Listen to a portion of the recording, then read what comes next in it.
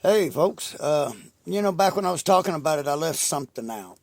I left some music out that I listened to for a long time, and a guitar player out that actually is way up there, on top, above everybody else. And I didn't mention him because I didn't want to overshadow everybody else because this cat does. I mean, when you mention him, then you can't mention anybody else because to me, he just kind of takes precedence over everything.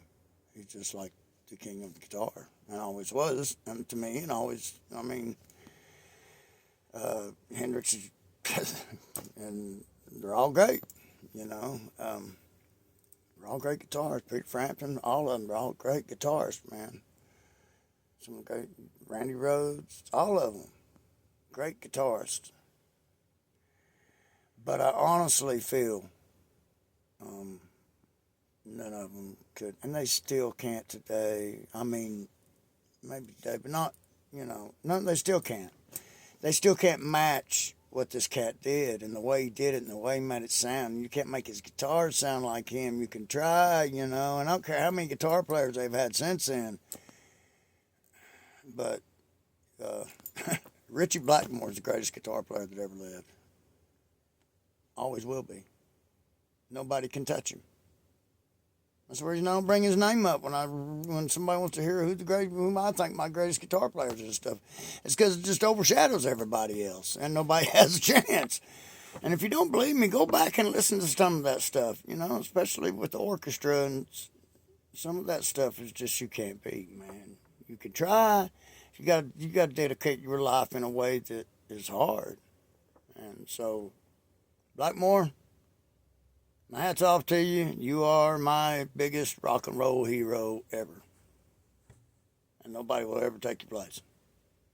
With that said, what else did I want to say?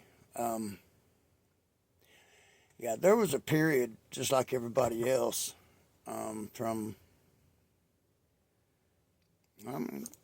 was a period I went through the hair band stuff just like everybody else and through the heavy, mostly through, not hair band, but a couple of them, but we all went through our Motley Crue stage and stuff. But mostly all of your heavy metal stuff, I went through a big time through the late '80s. I transformed into, and you can look at all my guitar cases, and it's covered in Seattle rock, all that stuff we went through in the '90s. I went through with everybody else. I just snapped out of it, So wait, it's time to get back to my roots and where I came from. So that's when I went back to the country and then went back to the rock and finally had discovered that I had gotten old enough I could play the blues. So anyway, I just wanted to say that to correct that, that, man, I even followed cats like Monster Magnet and all kinds of shit, and it's all over my stuff from way back, along with everything else, but so that's what I wanted to say. See y'all later.